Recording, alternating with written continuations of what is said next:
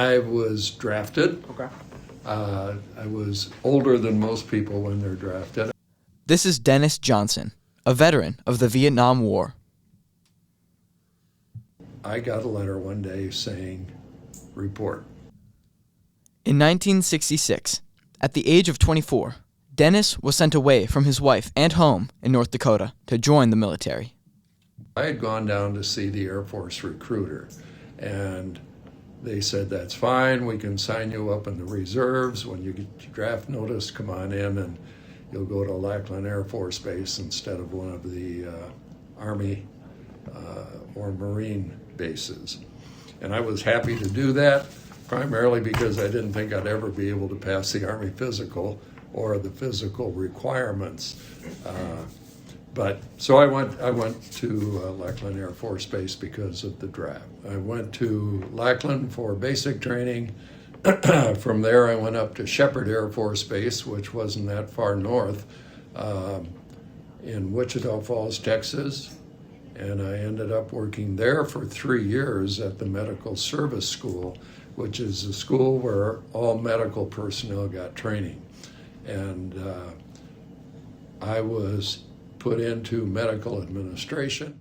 It was an exciting trip over. I left on Friday the 13th in February, and I landed in Vietnam on the first day of Tet, which is their New Year's Day. And the prior year on Tet of 68, they mounted a really strong attack on the U.S. bases, and it was terrible. Though he didn't have to go to Vietnam, Dennis had volunteered to serve there, despite the horrible stories he had heard.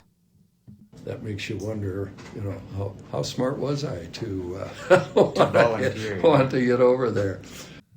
Dennis was assigned to the 3rd U.S. Air Force Dispensary at Bien Hoa Air Base. The VC every once in a while would mount an attack, quite often, probably 3, maybe 4 times a week. At night, they would fire mortars and rockets onto the base. Most of them ineffective. Every once in a while, they would hit a target.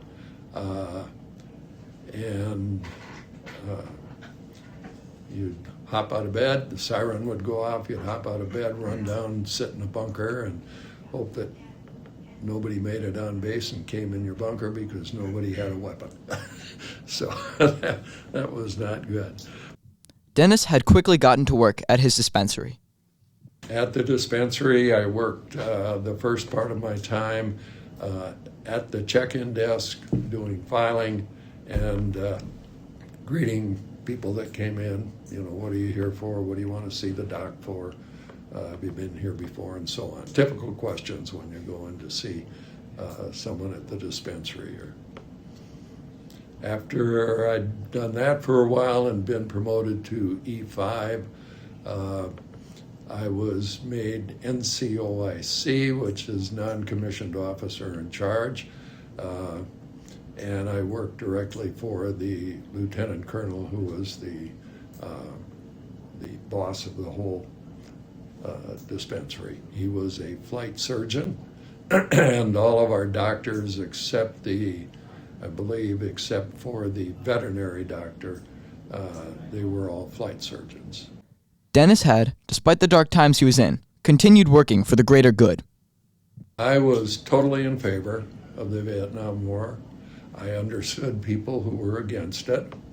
So I was for it. I thought it was a good deal. The longer I was there and the more I saw the politics of the South Vietnamese, I was concerned about where it was going. Dennis had found the courage to keep fighting.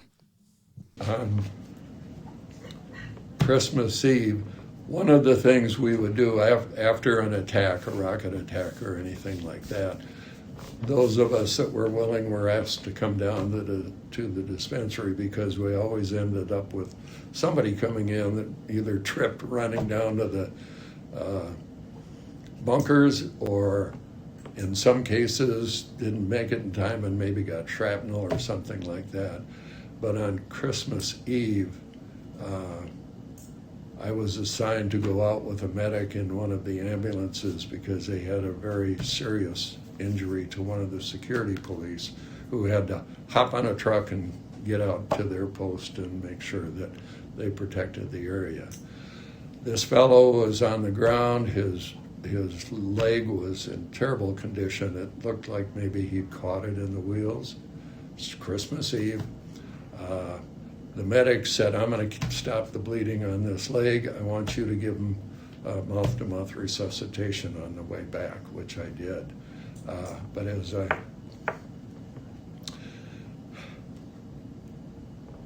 I put my hand in there, the back of his head was soft. So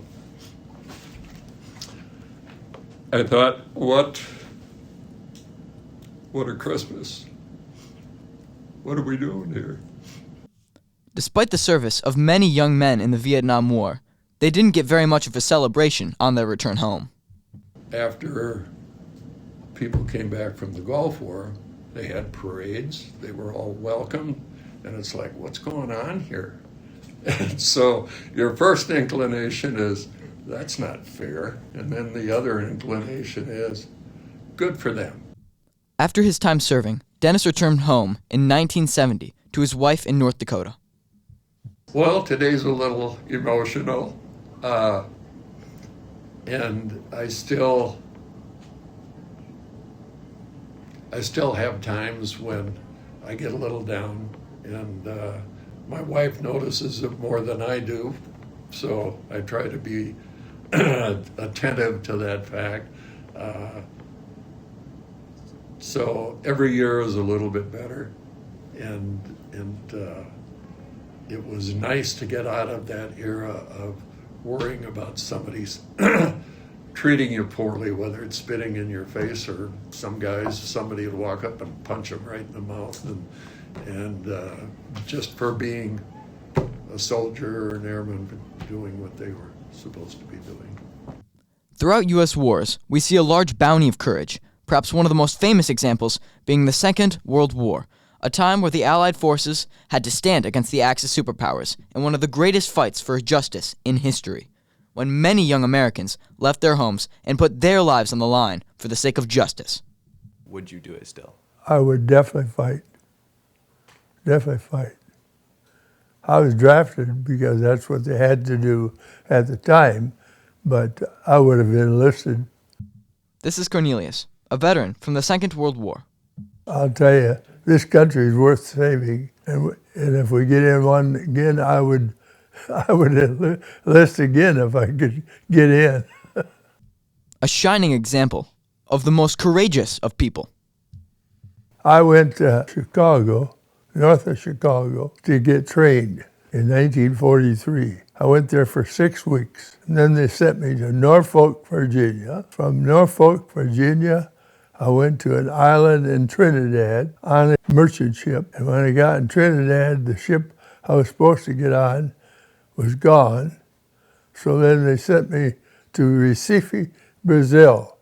And I was supposed to catch a ship there. And by the time I got there, that ship was gone. So they kept me in Recife, Brazil for 2 months. And I didn't have no money, didn't have no nothing, no paperwork. It didn't follow me because they were all messed up where the ships went.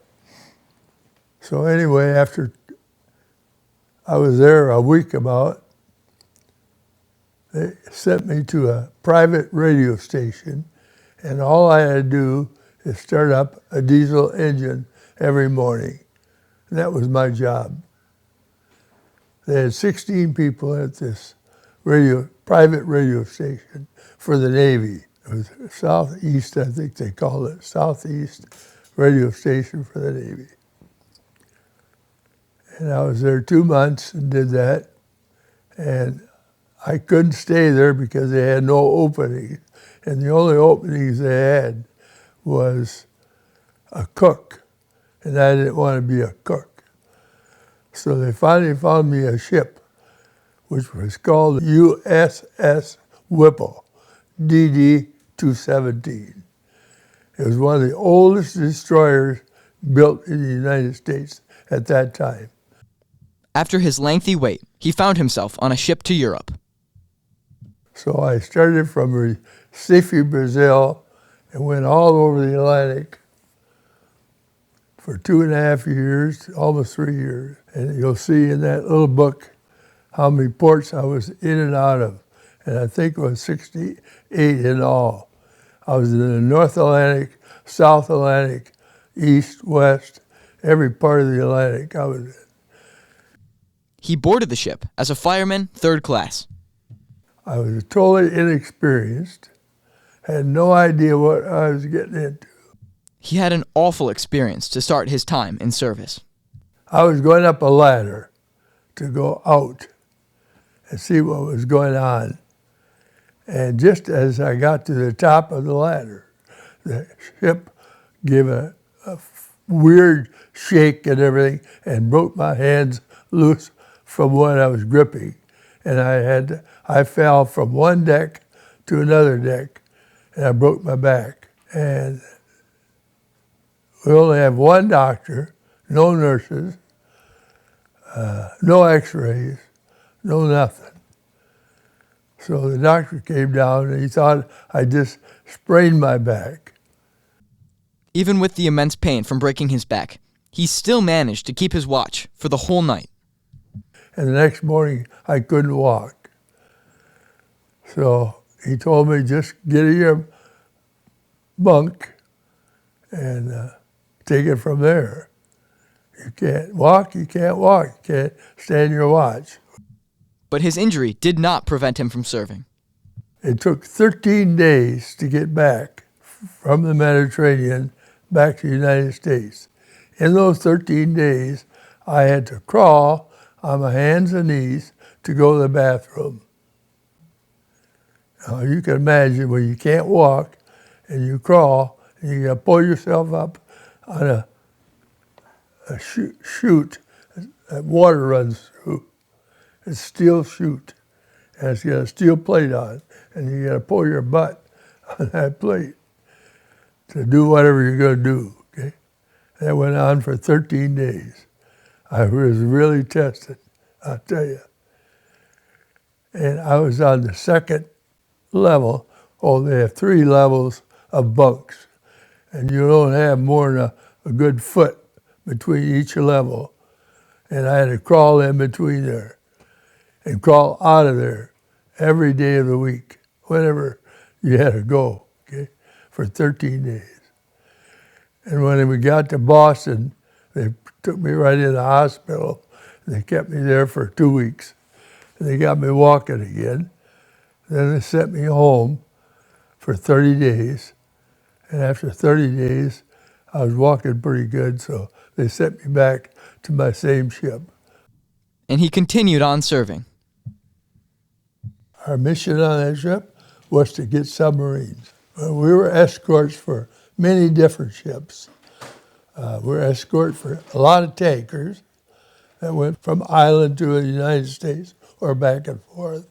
And then we went with this aircraft carrier for about a whole year. And we wound up in Casablanca in North Africa, wound up in Bizerte, North Africa, which is in the Mediterranean. Azore Islands, which is close to Spain. Oh, I was in Reykjavik, Iceland, and those were part of the places we refueled. One day, Corny and many other soldiers had to courageously cross through the Strait of Gibraltar. They let this 140 ship convoy get all the way into the Mediterranean. And then the Germans bombed us. They shot torpedoes at us. They strafed us. They did everything they could to stop that Navy from going in there. We lost 20 ships that one night, 20 ships. And I don't know how many got damaged. Probably 40 got damaged, I would say. Because they just they were waiting for us. And daylight, then they stopped, because then Americans had planes on the Africa side, and they came over too. So So then it was over with. It was one night. It was about 4 o'clock in the morning when they started. They dropped all flares for over 140 ships. That's miles. That's 10 miles or better, 40 ships. And you talk about scared. Everybody was scared. In his time in the Mediterranean, he had seen many examples of courage.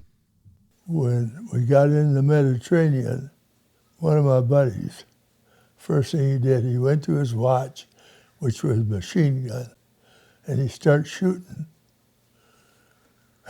He didn't know why or what for, but he was starting to shoot at airplanes. On airplanes, you could see the exhaust come out. They're flying. The exhaust, you could see the exhaust part of the plane come out, and he shot at that. That was the most courageous thing, I thought. And our captain finally told him to stop shooting because we had planes up there too. And he didn't know if he was shooting at the Germans or the Americans. But he still was courageous. He went right down there to his firing and started shooting. And he could have got shot too because they were strafing us. And he knows a lot about courage. Courage comes sometimes from being scared. That's where courage comes from, I think, really. It automatically comes to you. Anyway, that's what I think. It comes to you automatically. You just don't, you have decided, but it comes because you're kind of scared. You're afraid of what's going to happen if you don't do it. And I heard a lot of people speak that way too. They were so scared they just did it. In the darkest times, courage is sure to shine through, and we can see that in America's latest dark episode. In the year 2001, Clinton "Dobie" Whitten was convinced to enlist in the U.S. Army. While he thought it wouldn't be hard work, considering the last long-term guerrilla war was Vietnam, which had happened 30 years ago, he hadn't predicted the later events that would transpire. September 11, 2001 will forever be remembered as one of the darkest days in U.S. history. The day the U.S. was the victim of one of the worst terrorist attacks in history. On, what was it? It was like 3 days before 9/11. So September, uh, whatever it was, 9th, and drove back to my parents' house in Monte Vista, Colorado, and then I was staying there and went to work for a neighbor. I was basically chopping wood for him on with a he had a wood business. I was splitting wood for him on 9/11, and my mom drove over and told me what had happened, and everything kind of changed right after that. So I didn't have much time to have any experience of what it was like. I basically went to basic training pre 9/11 and got out, and then the world changed a few days later. 9/11 marked the beginning of the U.S.'s war on terror, the day Clinton realized they were going to war, and the day he realized that something like this should never happen again. Yeah, I was just like everybody, just really upset. Had the same feelings as everybody, I guess, just upset that someone would do something so terrible and wanting to stop anything from like that from happening again. Was also, you know, being that I just got out of basic training and in the military, didn't there was so much talk about what was going to happen with the militaries and wars, and just the unknown was very kind of unnerving. After 9/11, Clinton had a pretty relaxed time for his first activation. My first activation, I guess, with the guard was when I got guarded the Gunnison Airport. So in Colorado, I don't know if they're like right after 9/11, um, within a month they activated us. Like I said, the guard hadn't been activated in Colorado since like Vietnam, and then within a month of getting out of basic training, got activated to guard the Gunnison Airport, and um, everybody was super patriotic at the time. It was really a sweet deployment or activation. With the Guard, we called them deployments, but just an activation. It was still stateside. We just, Gunnison was really cold. We had to ride in the back of a Humvee to the sheriff's station to get our M16s, and then ride back um, to the airport whenever the flights came in. There were, it's a ski town, so there's like 3 or 4 flights a day, and we just stand around with our M16s and watch people get off the plane, and then got invited to people's houses for dinner. People were always, buying us dinner, buying us drinks. It was just a um, super patriotic time and a really fun activation. Yeah, they all kind of went downhill from there. There was artillery, fired a howitzer, basically the M109 self-propelled howitzer, and then at some point when I was in the Guard, they switched to MLRS, with a multi-launch rocket system. I learned how to do that and was on a crew for that, and then got sent to Iraq. Basically, they asked for volunteers, and I went with a different unit, volunteered and went with a different unit. And I was a engineer, so ran heavy equipment, so completely different than anything I trained for. There wasn't really artillery in Iraq, although there was, but they very very little, and they weren't really. They were more stationary and like reactionary, like counterfire. So I didn't think there was any artillery, but when we were there, it turns out there were howitzers that were were parked and fired counter artillery. But anyway, I went as a engineer on running heavy equipment. So basically, we built uh, new outposts for. We were attached to a Marine unit. And I can't even remember which Marine unit.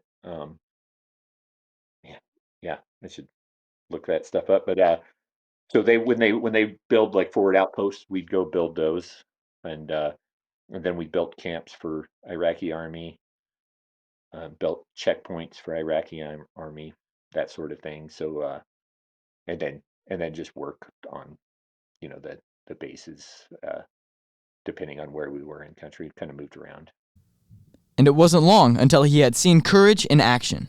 So redundant. Well, there was a guy that we were attached to, the 54th Engineers. Um, they were active duty.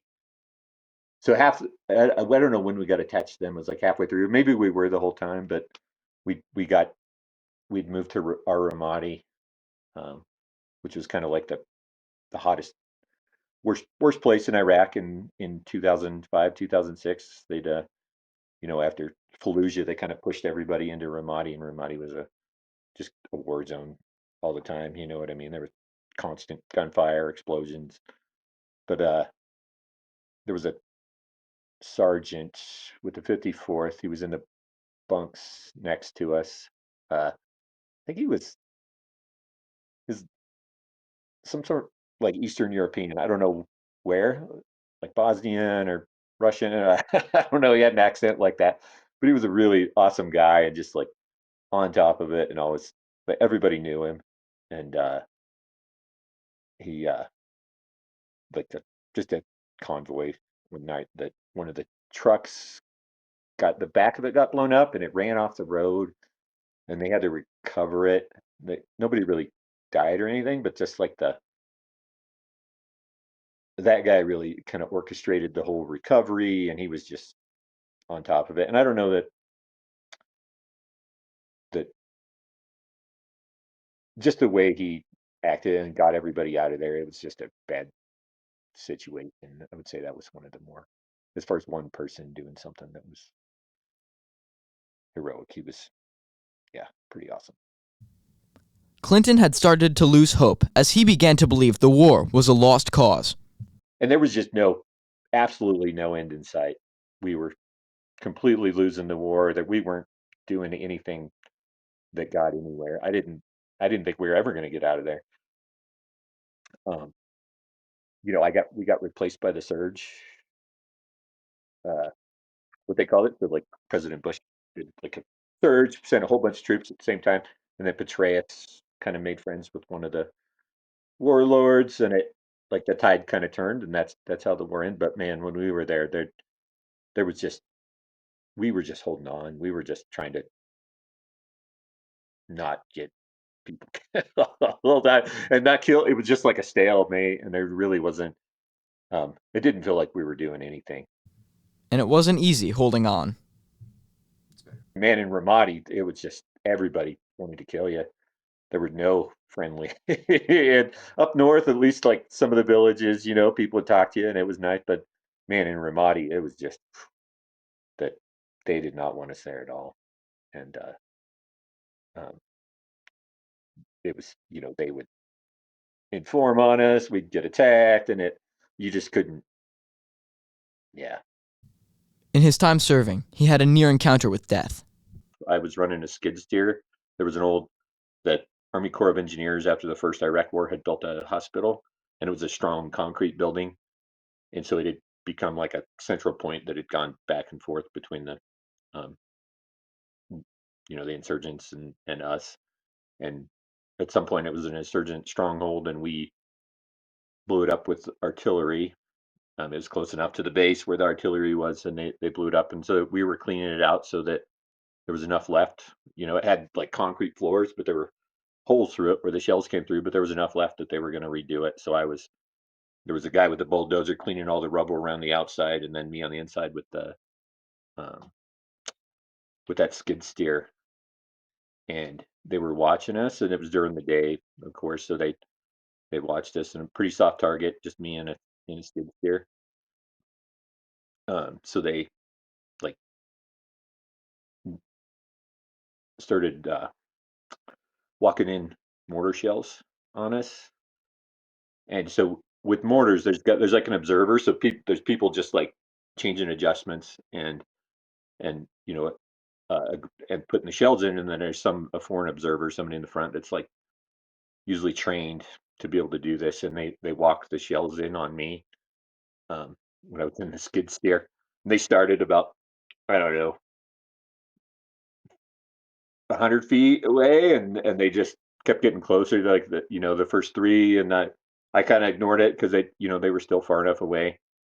Um, Artillery shell, they usually just kind of like pop a few and then run off, and you don't have to worry about it. This is the only time they'd like. So it was probably some guys from either Taliban or like Saddam's army that were trained in it. But usually they just like would shoot them and disappear. So if they didn't hit you the first time, you didn't have to worry about it. So wasn't worried. But then they got close, and I didn't know what to do. I was like in the skid steer, and it's just like normal skid steer. It wasn't armored or anything, and you have uh, there's like a chest thing and the seat belt, and then kind of a cage around you. And I didn't like do I stay in it? Do I get out of it? And the building was like kind of rubble and falling apart. And if they started hitting the building, I didn't know if that was a good place to be. And so I jumped out and started running, and the shells were hitting behind me. And it was, I think the only thing that saved me was it was super sandy, like real wet sand. And they were going in deep into the sand and just blowing sand up. And I kind of jumped in a ditch and I had sand all over, blown up in me. That's probably the closest I came to. I mean, there were some pretty close explosions, but that one was. I think the sand definitely was it kind of stopped the shrapnel from the mortars from going out. From his time in service, Clinton had learned what courage truly was. I think a lot about courage is just overcoming fear um, and hard work, kind of the two put together, right? So you put in the work when you don't need to have courage, right? So you have that experience when you do, and it makes you a lot more comfortable being able to do stuff when you need to. Um, and then just uh, yeah, the that's what I would say. A lot of it's hard work, and then when you put in that position, um, it's hard to say what you're going to do or that you're going to do the right thing every time. So courage is not as easily defined as in movies or like everybody would like to imagine what it is, I guess. As Clinton has pointed out, courage isn't something that can be so easily defined through the media as we think. So if we can't fully understand courage from these men's stories, What have we learned? We've learned that courage isn't being fearless, but rather its very antithesis. Courage is fear, but the kind of fear that makes you stop thinking and do what needs to be done. It isn't something simply learned, but rather something accessed, unlocked by fear. It is a gut reaction, telling you to not just act for yourself, but for the greater good.